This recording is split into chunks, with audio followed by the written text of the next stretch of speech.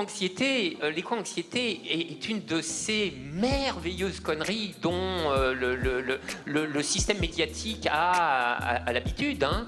Il nous les engendre à jet continu. C'est vraiment les médias dans ce qu'ils ont de mieux. C'est-à-dire, vous prenez un vrai problème politique, vous le passez à l'alambic médiatique, vous avez une espèce de merde psychosociétale qui ne veut rien dire. Toute politique a été abolie. Alors on interroge les jeunes. Alors vous êtes anxieux? Oh oui, je suis anxieux. Bah oui, alors oui, ils sont anxieux forcément. Ben oui. Alors c'est l'éco-anxiété. On va faire des couvertures là-dessus. Tiens, puis des numéros spéciaux et tout, des cahiers séparables. L'éco-anxiété, le nouveau mal du siècle.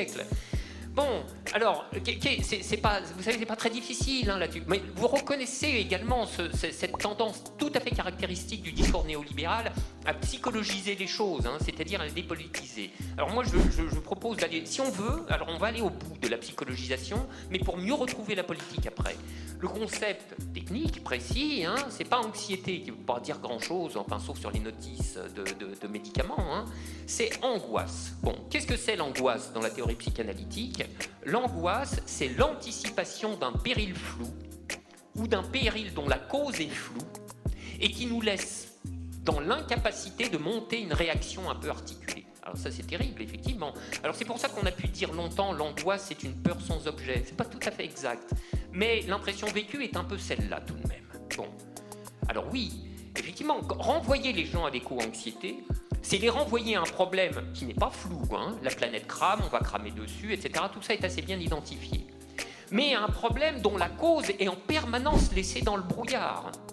Donc effectivement, si on vous laisse avec sur les bras, je veux dire sur la psyché, un problème, je veux dire un péril vital, dont vous n'avez pas la moindre idée du système causal dont il découle, et de ce qu'il faudrait faire en conséquence pour le parer, alors là, effectivement, votre psyché est mise à rude épreuve. Alors, eh bien, Louis Billadan du Courrier, il me demande si je suis éco-anxieux. Je lui réponds forcément que non, puisque moi, j'ai une idée du système des causes. Et j'ai une idée de quoi faire. Enfin, j'ai une petite idée, j'ai une idée générique, si vous voulez, parce que, vous voyez, renverser le capitalisme. Alors, en même temps, c'est pas très précis, mais quand même, si, c'est assez précis. C'est plus précis que dire on va faire le Green New Deal ou on va trier nos déchets. Hein. C'est beaucoup plus précis. Hein. Mais au moins, c'est la direction, vous voyez, voilà. Donc, ne soyez plus éco-anxieux. Alors, c'est un peu bouffon la manière dont je vais vous le dire, mais je vous invite à être, moi ce que je suis, c'est-à-dire plutôt éco-furieux.